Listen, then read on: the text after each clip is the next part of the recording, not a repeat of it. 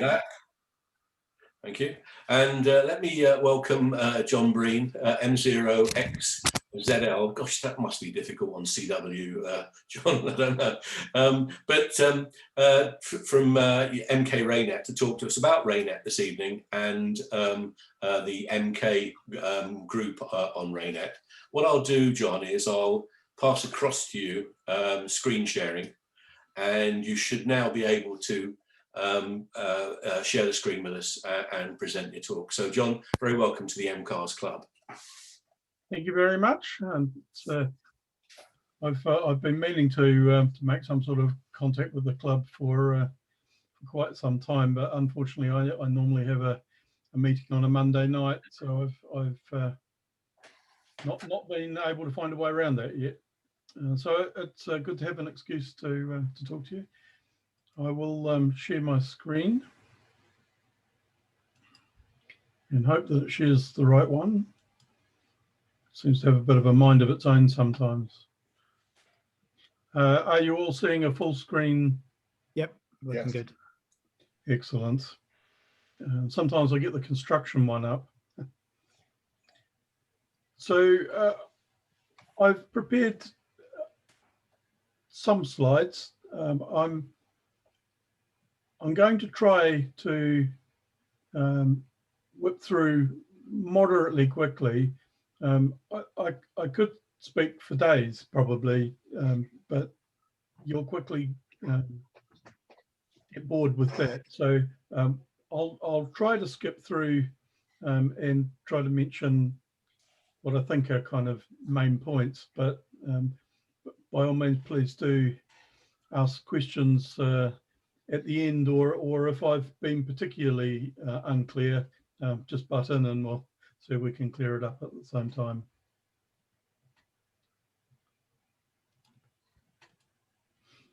Okay, so you've got me and my call sign, but I thought I might just add a few personal details. So I was first licensed when I was about 16 or 17, and I've now lost track of the exact details of that. It came out of having borrowed a book about electronics from a friend who was involved in amateur radio, and I read the book from time to time, and then eventually concluded that I'd read the whole book and maybe I should just go and sit the exam. So I did that, but that wasn't in this country. And my current call sign is coded. Can anyone spot? You're a Kiwi, obviously, an ex-Kiwi, eh? I am. When I was looking for call signs, when I got back involved in amateur radio in this country, all things like my initials and things were all gone. So as a bit of a placeholder for an intermediate license, I went with the XZL thing as just a little bit of a joke. And then when I did the full, it just folded over because again someone had pinched all of the good call signs. Although I keep trying to learn more, I've never got on the air with it, so I can't comment on the difficulty. I did consider that at the time, but anyway, there was the trade-off. So I was involved in a radio club when I first got licensed, and as part of that in New Zealand, there's a subset of radio clubs. Is an organisation that was at least called AREC, Amateur Radio Emergency Corps, and that was kind of the equivalent of Raynet in New Zealand. So I had fairly early introduction to the concept and really quite enjoyed getting out and working with the team to achieve things. So when I got back involved in amateur radio in this country, it was something I was keen to follow up on.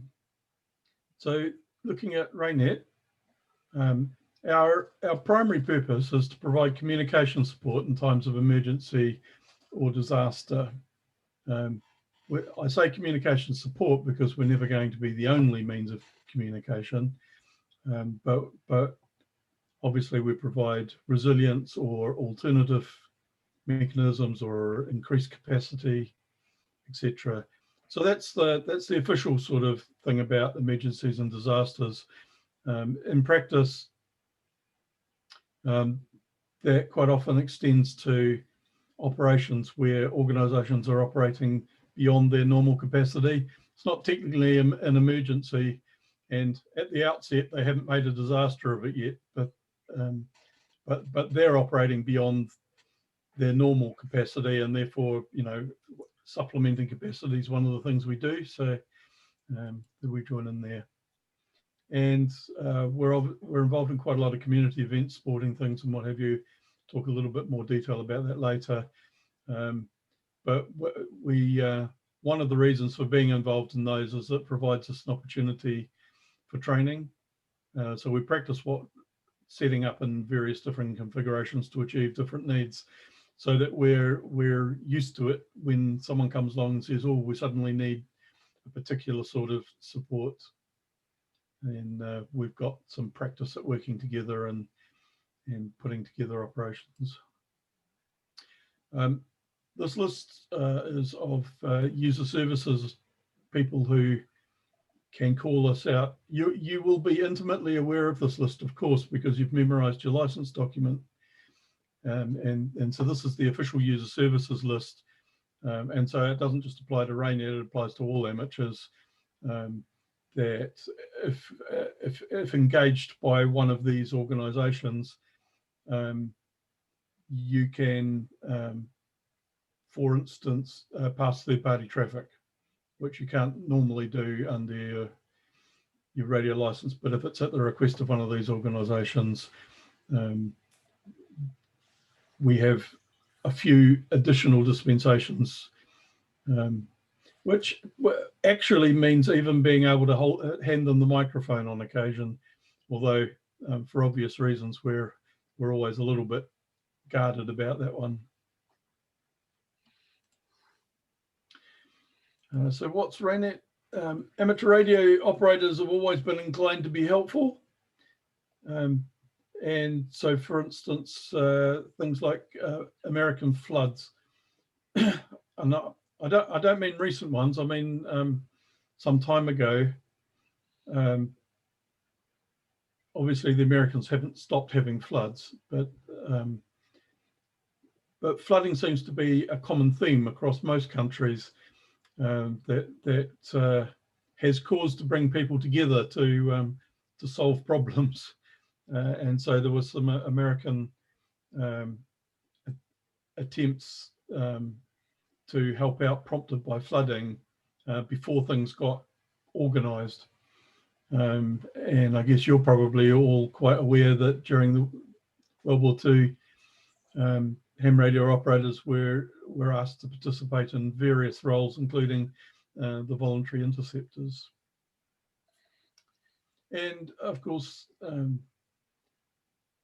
lots of people like to contribute to community events and things. They may not initially be involved in those for radio purposes, but of course, if you're trying to help out with community events and things, and you happen to know a bit about communication, there's an inclination to perhaps use some of that to help out. But the thing that prompted things to get a bit more organised in the UK was in 1953, where there were some quite extensive floods on the east coast, up north a bit, and quite extensive disruption, I believe. So I hasten to add, I wasn't there. But the story goes that there was quite a lot of areas that were isolated or difficult to access, and as part of the police and various other local services organising to try and address the needs, various local hams offered their services to provide additional communications links, as they were, most of the existing ones were were severely disrupted. And so on the basis of that having turned out to be a good thing, it was recognised that preparing for these sorts of things and having ongoing relationships with the other emergency services and things was a good idea. So Raynet was first organised following that flooding. So that was sort of the impetus that caused people to start saying, let's cooperate and let's get a bit organised and let's do a bit of training and those sorts of things. So the Raynet structure, on the ground, it's primarily local groups, of which we're one. Currently, there are about 110 groups in the country. There were quite a few more, but various restructurings have been usually amalgamations to make things a little bit more viable so that you keep a viable size group. But there's also a national body, and they take a role in liaising with national bodies and including Ofcom with Spectrum issues. We have a voice in there alongside the RSGB. And there are various national level emergency preparedness or response type organisations that where the liaison is primarily done at a national level. Also on a national level, we provide insurance to cover members on events and on call outs and things. And as well as a number of special interest activities. So as you'll see from the diagram, between the local groups and the national body, there are a number of other groupings. So there's zones are kind of a regional concept. So they're quite big. And the groups within a zone elect a zonal coordinator who is the representative on the national committee. In between that, in some areas, there is an intermediate concept of a county that, of course, around the UK, not all areas that match the county description are actually called counties. I think there might be regions in Scotland, for instance, hence why it says counties and areas. And there's also a few specialist teams that are organised at a national level. They're listed over here. Emergency planning. We have more extensive IT stuff now where we provide websites and Microsoft 365. So we have Teams capability and storage and collaboration stuff going on. There's also a national training team and a technical team that sort of keep an eye on technology options and advise groups, you know, which things to would be good to pursue. People keep coming up with new bits of technology in amateur radio. You've probably noticed, and so we can't just adopt absolutely everything. So the technical team sometimes provides a bit of a steer on what things might be useful and what way we might approach using them. However, different groups use different technologies, very often based on the interests of the group members. So that's a picture of the zonal arrangement. Scotland used to be broken into at least 2 zones, but they consolidated to make it more viable. The zone areas were originally based on some government administrative areas from well before my time. So our boundaries haven't really changed in that respect, but I understand that the government no longer use those boundaries necessarily. So as I said, just when you think you understand how it goes together, someone changes something. So in terms of membership, in the UK, there's currently around 1,800 members. To be honest, I picked that number up pre-COVID. So as you will have noted, there's been a bit of a flurry of people doing amateur radio licenses during lockdowns, and so interestingly, Raynet's picked up a number of new members as a result of some of that activity as well. So I'm rather hoping that the 1,800's gone up a little bit. Membership's open to anyone over 14 or 14 and up, with adult members from 18. If anyone's more interested in that detail, please ask later. And the way it works is that members are members of both the local group, because the groups operate semi-autonomously, but they're also members of the national body as well. And that means that they're then covered by the nationally provided insurances and things like that. What are the costs involved? Well, that's pretty dynamic, but membership costs tend to be relatively cheap, but they are group dependent. So different groups take different approaches. Nationally, the annual subscription is, I think, £7.20. In Milton Keynes, providing people are active and participating in events, the group pays the national fees. We do level a local group fee, which currently stands at the princely sum of £1, and is not so much about raising money, but it's mostly a bit because we have rules that say that you have to have paid up in order to be able to vote at the AGM, and it just provides a little bit of protection over a bunch of malcontents signing up late in the piece, turning up and wanting to hijack an AGM, because you need to have paid up in at least a month before. So it's a technical thing.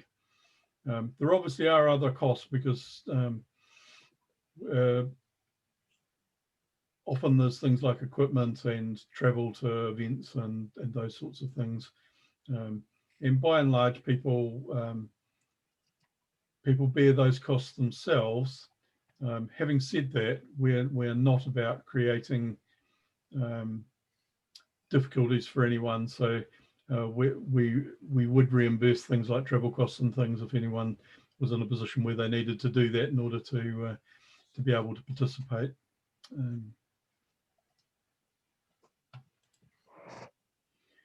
So our groups require members with a wide range of skills. It's not just about talking on radios. There's a variety of technical aspects, but also operational ones, managerial and administrative stuff. So we all still need treasurers and secretaries and people to look after equipment and all those sorts of things, as well as the going out and playing radio. And an amateur radio license is not a requirement. So while Raynet is very comes from strong amateur radio origins, and is still very much based around amateur radio activity, we don't just use amateur frequencies. So an amateur radio license isn't a requirement.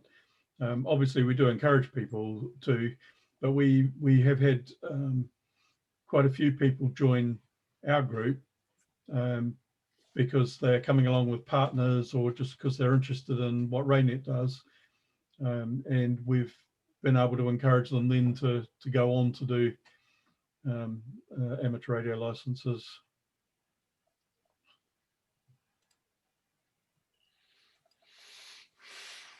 So there's sorts of things we get involved with.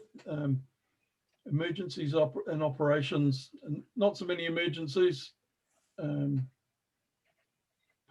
partly because there aren't so many emergencies, but also because a lot of the professional agencies that deal with emergencies have got quite a lot better resilient comms than they used to. And so it depends a bit on what the nature of our relationship with each of them is at any given time.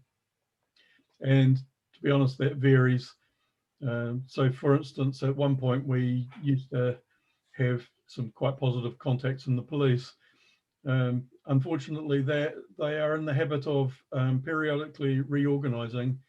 And the other really awkward thing is just when you get one of them familiar with who Raynet is and build a relationship, they go and get promoted. And it makes it a little bit more difficult to maintain the relationships. So, but we do sometimes get involved in operations as well. And mostly with the local authority, there are occasionally exercises that give us an opportunity for the voluntary agencies that are involved in supporting the local authority to work together, as well as to work with some of the local authority staff, so they've got a better idea who we are and we have a better idea of what it is they're trying to achieve when they might ask for our help. We don't have any around Milton Keynes at the moment, but some of the groups around the country have some sort of ongoing arrangements around observe and report activities. So our activity is primarily communications, but we do extend that a little bit to observing the information, forming the message, and then passing it. And so there are areas where they have things like River Watch, where they go and park up at in a totally safe location when it's been raining and things, and they just get river levels or make other observations that they've been trained to make and call those in around an area. We don't have, although Milton Keynes does have some flooding problems, it's not at the level, we're not sort of, we don't have the rural impact that some areas have. I believe up the northwest, they also have fire alerts monitoring, where they go and park up on roads, look out over the vista and see if they can spot smoke. I think that's a summer activity for the equivalent of forest fires. So in New Zealand, where I was used to there being lots of brush and forest fire activity during summer, but here I think it's more moors and peat and things that seems to get going. So some of the community activities and the sporting stuff that we often support. So there's people who go running, and so marathons, half marathons, fun runs, and just when I think I know about all the different combinations of things that people are nutty enough to go out and do, someone invents a new one. So this is not an exhaustive list, it's just an illustrative one. We sometimes support cycling events. I suppose this is a good time to mention that while we have supported cycling events around the centre of Milton Keynes, that's not really where we add that much value, because usually they can shout around a small course like centre of Milton Keynes, where they often value our participation still is where things go out into the countryside and they go longer routes, or particularly where they go through areas that don't have cell coverage and things. And obviously we can build networks that can overcome some of those limitations. Walking, various hikes, sports things. Charity fundraisers are quite popular as well, where people go out and do sort of 10 or 20 mile walks sponsored to raise funds. There's one in Milton Keynes, the Midnight Moo. We're not supporting that any longer, but we did do for quite a lot of years, following that around in the middle of the night. Also triathlons and biathlons and any other combination of these things that they come up with. Some motorsport events, again, they often operate over wide areas, and so we can help linking areas together, or just the sort of the beginning and ends of stages and things, depending on what they most need. Boating activities. I've never supported any yacht racing, but we have done rowing on one or two occasions. From the shore. I don't get in boats, not for this anyway. And horse rides are quite popular. They're often keen for us to help them out, and so we're often engaged in tracking the horses and riders as they go around the courses, as well as providing obviously safety comms in the event of things going wrong. But we're a routine part of tracking how the events proceeding, and one of our roles is usually detecting when we've lost someone. So the earlier we can detect that they're missing, the easier it is to find where they went. And we have also been known to help out with music concerts.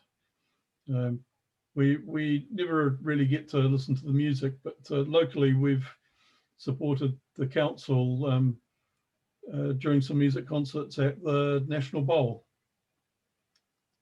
where they send their staff out into the wilds to go and monitor various things about health and safety and licensing and the like. And we supplement their staff by providing a stable control operation for them. Here's a list of a few actual emergencies that Raynet people have been involved in around the country. I've not been involved in any of them, although I have been involved in some of the debriefings around the Shoreham show that you probably remember from a few years ago. Raynet was already providing communications to the air show, both through Raynet staff, but also setting up a range of other networks for their staff to operate. And that was going all swimmingly when you probably recall someone decided to park a hawker on the side of the road just outside the aerodrome. And that meant that initially they were all locked down. The police locked the whole airfield down because it contained witnesses, so they didn't want them running off. So the whole airfield operation needed to stay running for considerably longer period. So Raynet needed to sort of extend its operation and adapt to an operation that helped the police to do whatever it was they needed to do to get all the relevant information together, as well as being off and trying to manage the scene where the plane actually came down. But obviously when something dramatic like that happens, the police are responsible for collecting information about just about anything and everything. So it turned into a slightly bigger operation than they were expecting.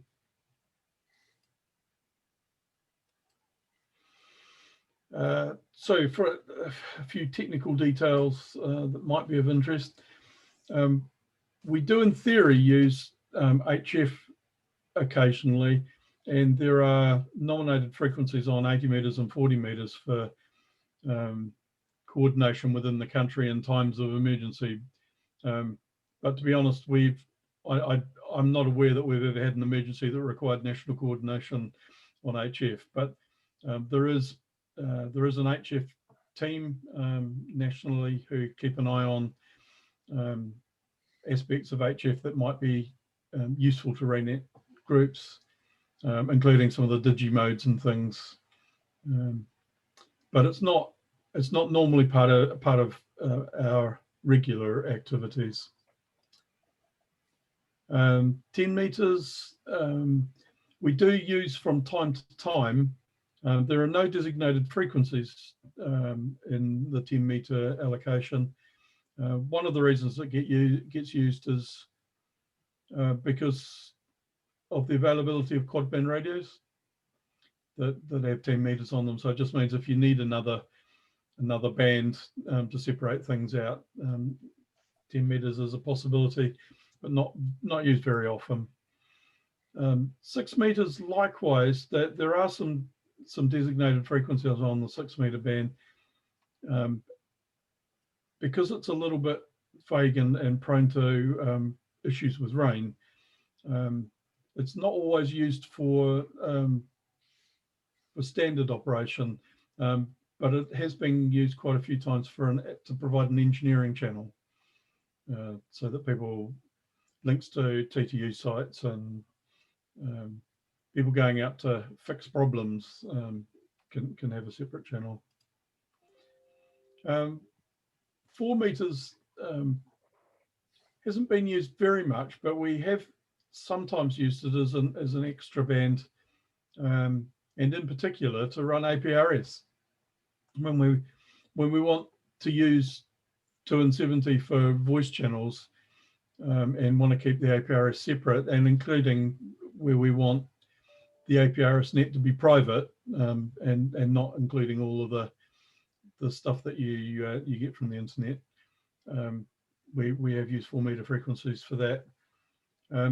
Now that, of course, 4 meters is getting a whole lot more popular, and there are companies producing 4 meter amateur rigs, we might be able to make more use of it because more people will have radios ready to go. 2 meters and 70 sems are kind of the core to the operation, and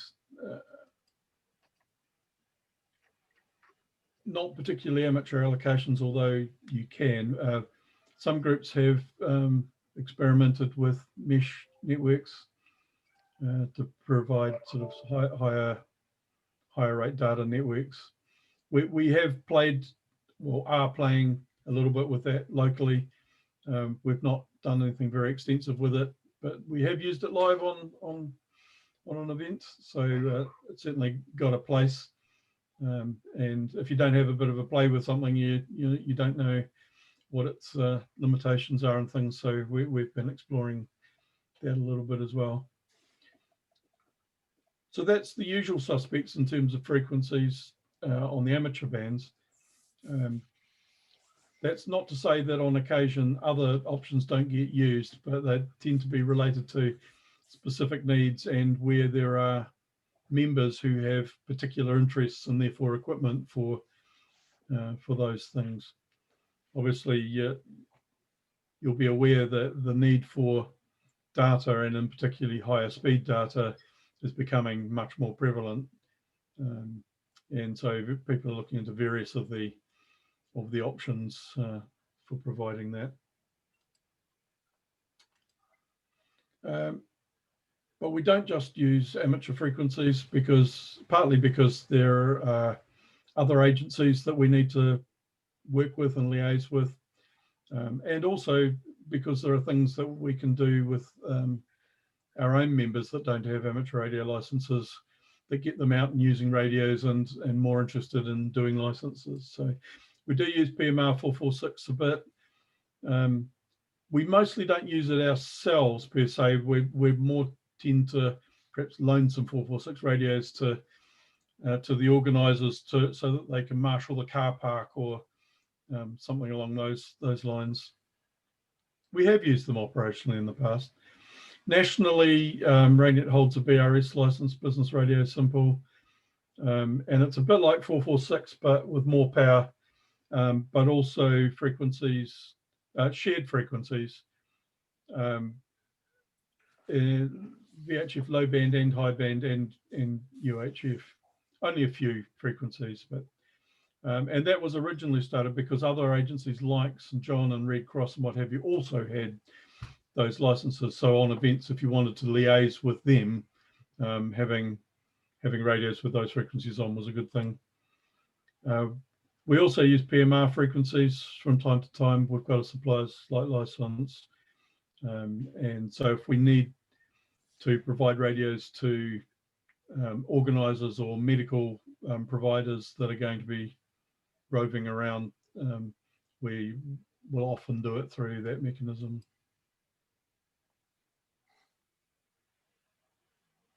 Phil, I'm sorry, I've lost track of how long I've been talking.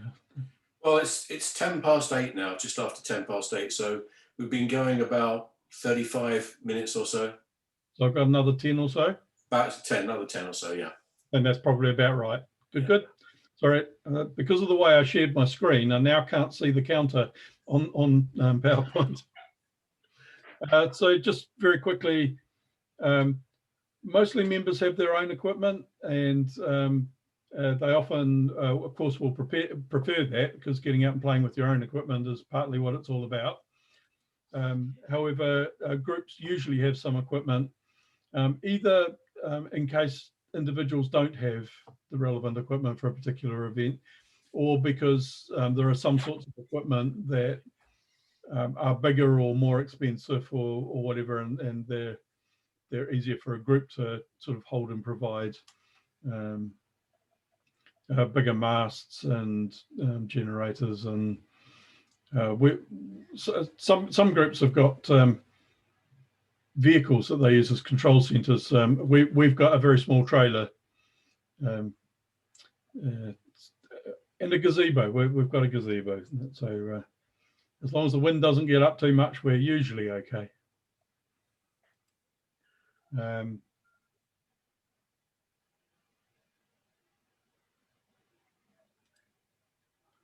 So radio types, it's the usual suspects. So base stations, mobiles, handhelds, all get used in various forms.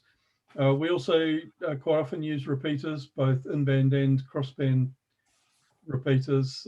We have a bit more dispensation to do that on a temporary basis, based on a permit from the DTI.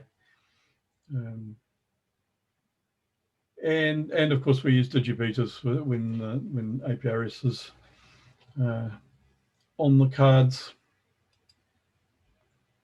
And of course a whole lot of supporting equipment like antennas and masts and batteries and generators and computers and shelter and tables and chairs and all the sorts of things that I presume are on your agenda for field day preparations. Absolutely. It's not dissimilar sometimes. So, I mean, our base fallback position is that we will always do analog FM, because that's what most people have got. That's sort of the base level that we would fall back to, and a lot of our operation is that.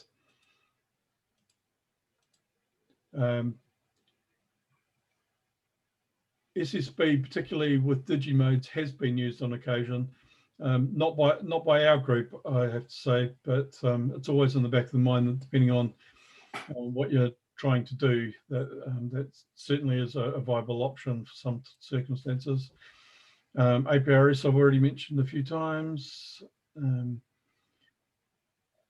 DMR is the digital voice mode that has developed as being most popular and most developable within Raynet nationally, but that's not to say that groups and some members aren't exploring other areas. I think Wales was largely D-Star at one point.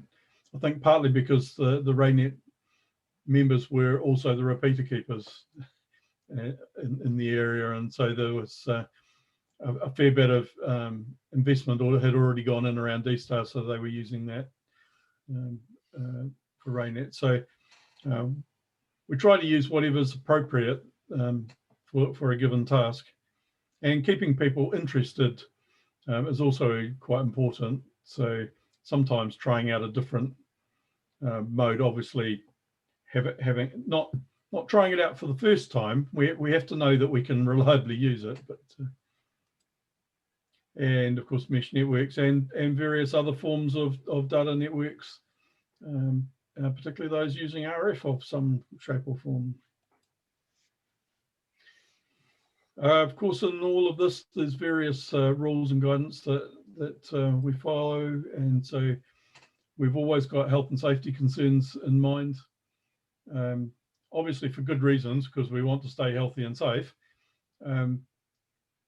Sometimes I've had people point out, but as a voluntary organisation rather than a commercial organisation, some of the legislation around health and safety doesn't strictly apply, which might be true, but it doesn't mean it's not good advice. But also, we're almost always working for some other organisation or body or something, and frequently they and or their event are covered by some of that legislation and what have you, and therefore for them to be compliant for the whole event, we need to cooperate. So those sorts of things are still relevant. And of course there's the radio license terms, both the amateur radio ones and of course the things like the PMR stuff where we've got other licenses to operate. We need to operate within those terms.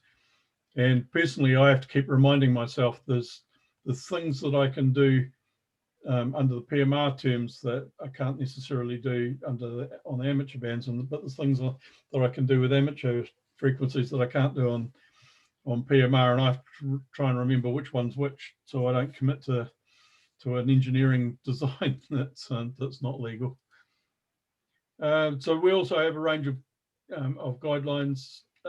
This is just a small example, but obviously we try to standardize our voice procedures and our message passing processes, and also to some extent logging, so that it doesn't matter whether we're just working within our own group or whether we're helping out other groups or we're joining together on a big operation because there's an emergency or something like that. We want to be as interoperable with ourselves and with some of our other agencies that we work with as possible.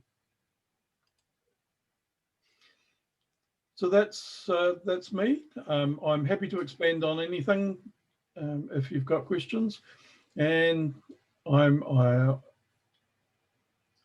without knowing what they're going to be, I'm going to say I'm happy to answer questions about things I haven't said. Thanks, John. That was really informative. Does anybody have any questions this evening? Yeah, go on. I've got one.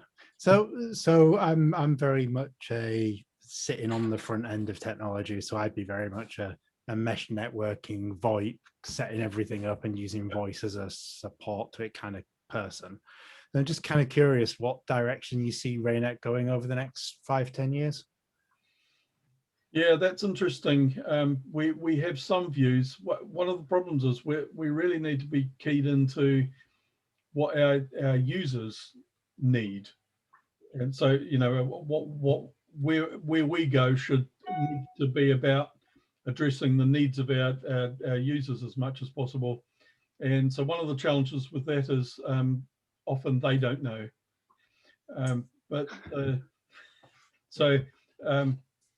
sometimes we have some good conversations and that enlightens us, but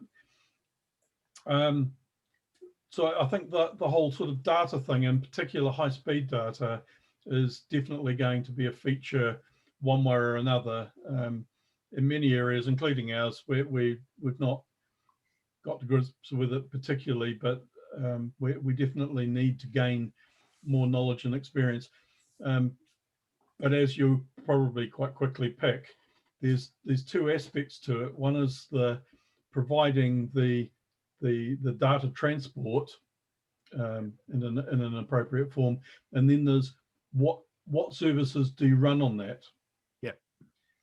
So if you're using amateur frequencies, you have to be careful about who's actually using the equipment that's attached, and are we breaching any traffic rules. If we stay off the amateur frequencies, we have more scope. Less power. That's true. sometimes sticking with fairly standard equipment's not a bad idea. But so there are other areas of the country that have made extensive use of mesh technology. So Scotland's is fairly wired. It started around Edinburgh with them getting links to be able to operate across and around the Firth of Forth. But I believe they've got trunk links all the way sort of up to the top of Scotland now. And so they will have got into the bigger aerials and the higher power and things. We haven't got that far locally. But yes, you're right. There are one or two frequencies that the newer mesh equipment can do that are in the amateur band, but not in the standard.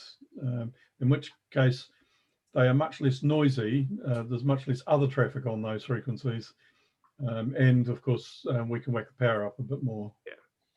You just get it, Josie. I think it's almost an unfair question that I asked. I think because it's almost as much of a challenge for the amateur radio hobby as it would be for Raynet. Absolutely. No, well, it's not that easy to give a definitive answer, but you're right. That's one of the most important questions that we're always facing.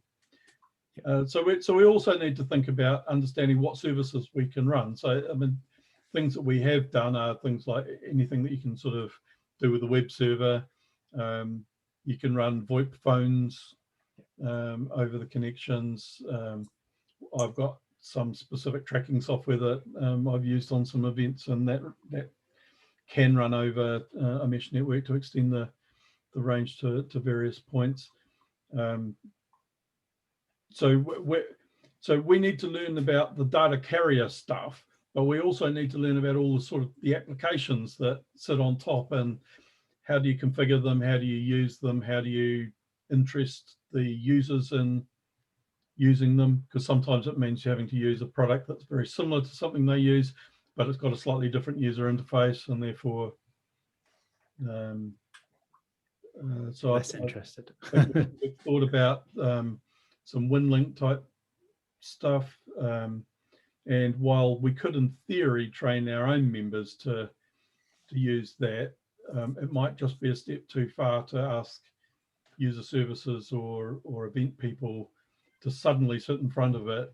And so it's basically just email, but it's not the email interface that they're used to on a day-to-day basis. So you have to think about, just because it might be the most effective and fastest way of accurately communicating some information around, if you can't actually engage the people who need to be sharing the information, then it's a risk too far. So, but to some extent, we have to play with these things and experiment so that we understand them. We can then try explaining them to other people and collectively come up with is this something that that we could usefully use together? That's cool. Thank you. John, locally you say MK. I mean, what's your kind of area really? And also, if anybody tonight is interested, or other people watch this on recording, how do they go about kind of making contact and finding out a bit more about it? Absolutely. So our core area is the Milton Keynes local authority boundaries. So the central Milton Keynes type area, and out on the other side of the M1 through Olney and what have you. Literally the local authority. Sorry, there's another term that I know and use frequently, but just because you asked, I can't remember what it is. Anyway, but we also operationally cover events across the North Buckinghamshire as well, because the next group going down is at Aylesbury, and then there's a Mid-Thames one. So so we're kind of part of the Buckinghamshire collective, but we're the northern end of that in practice. And do you meet regularly, or do you have meetings, or Is it all done virtually or? We have in the past held training meetings. Then COVID came along, and so we've been continuing to do that on a monthly basis, but we've been doing this with Zoom, which has helped quite considerably, because a number of subjects were just coming up where I was going to want to use PowerPoint, and going to have to try and figure out how I was going to set up the projector in the smaller room that we were using at the time. And then lo and behold, lockdown meant that I could enforce the rule that we were using Zoom, and it's much easier to throw up the PowerPoint. Are you the person to contact if anybody's interested in finding out a bit more? Yes. Okay. We have a not particularly exciting website, so if you can't find my contact details otherwise, there is a link towards the bottom of that that will get an email to me. There's also a national inquiries line that will also get to me, but you're welcome to share my email address with the presentation or otherwise. Okay, thank you. Interested. Any last questions for John at all this evening? Well, look, you kind of, it's been tremendously informative, John, so thank you for that and taking us through that this evening. It's been very useful, I think, you coming to the club and telling us about it, particularly when you're based locally and have a radio amateur activity that we can certainly overlap with. So we hope Raynet goes well locally. There may be people that are interested in talking to you about joining and helping with that. I know quite a number of our older club members in the past have helped with Raynet, and we thank you for coming this evening. It's been very good. So we can't. The only problem with Zoom is you can't clap and all the rest of it. But if we put our thumbs up, thanks that for a really useful and entertaining evening telling us about Raynet. So thank you, John. And thank you for joining us today. And I look forward to other opportunities to join in with the club. Both perhaps from a Raynet point of view and maybe personally if I can get myself organised. Yeah, well, you know where we are, and we also welcome you as a to meetings and stuff, and perhaps even member. But we have a Facebook group, a very active Facebook group, probably I don't know 160, 180 people now that continues to grow of people interested in amateur radio around the MK area. So you're very welcome to have a look at that too. Just a reminder, next week, Monday evening, it's all about just the final detailed planning for VHF NFD, and in particular, to take you through in some detail the COVID management requirements for having a safe VHF NFD for the MCARS Club. So thank you for that. Stay safe, everybody. Nice to see you this evening. Take care, and we'll see you hopefully all next week. Bye-bye then. Thanks, John. Bye-bye. Thanks, everyone. Bye-bye, John. Thank you.